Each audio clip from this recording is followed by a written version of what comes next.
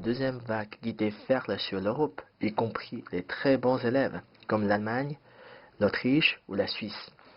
Si la France est la triste championne de contamination avec 35 000 cas quotidiens sur les 7 derniers jours, elle est suivie de près par le Royaume-Uni avec une moyenne de 20 000 cas quotidiens, puis l'Espagne et l'Italie autour de 15 000 cas chacun.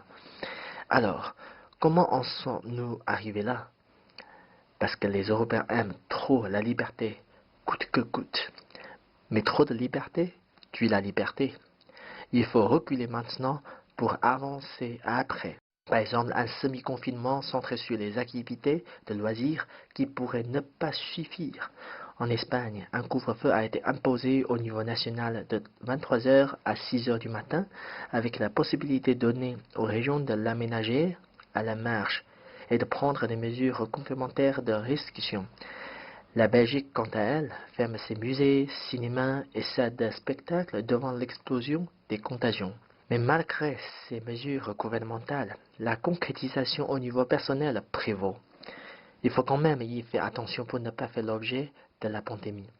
Il y a des réflexes à conserver, par exemple. Quelques gestes simples permettent de limiter la propagation du virus. Se laver les mains toutes les heures ou utiliser du gel hydroalcoolique, tousser ou éternuer dans le pli de son coude, utiliser des mouchoirs à usage unique, éviter de se faire la bise ou de se serrer la main, porter un masque dans les espaces publics quand le respect des distances physiques n'est pas garanti. Tout ça sont très importants pour les personnes. Et il faut bien respecter ces codes-là pour ne pas faire l'objet de la pandémie. Et ça, c'est très important pour les citoyens européens.